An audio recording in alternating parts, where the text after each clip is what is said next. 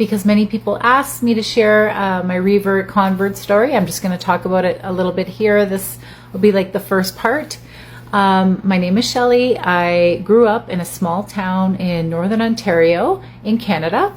And I can tell you that I had zero exposure to Muslims in the small town that I lived in. To my knowledge, there were no Muslims that even lived in my small town. In the schools that I attended growing up, they never spoke about world religions. So I really only knew about the religion that I was raised in, that I grew up with, which was Catholicism. So when I later in life, left home to go to university to attend law school, I ended up living with a Muslim family. They were the first Muslims that I had ever met in my life. And here I was living with them. They were the kindest, most beautiful, sweetest people that I have ever met in my life. They treated me like a queen. They treated me like gold. No one had ever treated me as beautifully and with such kindness and generosity as this Muslim family that I lived with when I was going to university. And so I was in shock because I was like, who are these people? What is this? I've never met people like this. And when I say that they were kind and generous, what I mean is it's like other level kindness. So let me give you an example. If, for example, I would say, oh my gosh, I'm cold right now, I'm chilly. They would be like, if all they had in this world was the shirt that they had on their back, they would literally be like, take off the shirt off their back and be like, here. And they would give me their shirt. They would sacrifice their own comfort and happiness to make me happy and comfortable and to make sure that I would not be cold, right?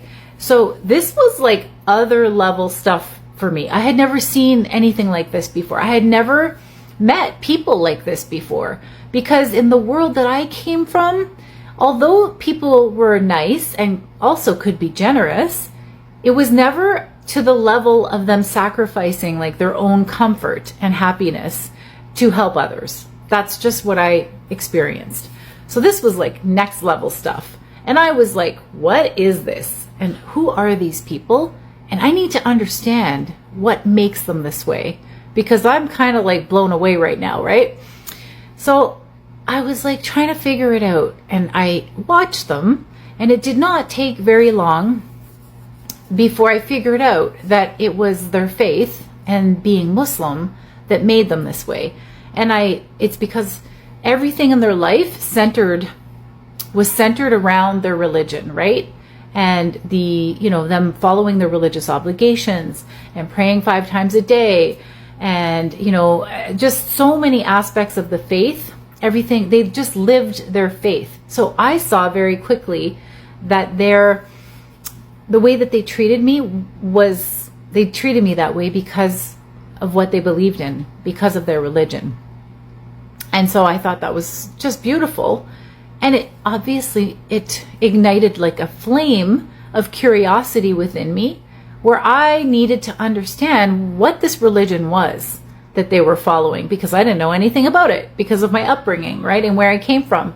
So I was like, I need to know more about this religion, because I just can't wrap there must be something about this religion that is really special for these people to be so beautiful and special. And so that curiosity obviously led to me learning more about Islam, and asking a lot of questions and doing a lot of research. But there's way more to the story than that. This is just the first part. I say this because if you are Muslim and you ever thought that the way that you act around other people, non-Muslims, the way that you act around other people does not have an influence or an impact on them, and that your character does not have an impact upon the people around you and what they think about your faith and being a Muslim, you're wrong, because it does, because it impacted me. It was one of the first things that led me to become curious about Islam, and ultimately took me down the path of getting more information and learning more.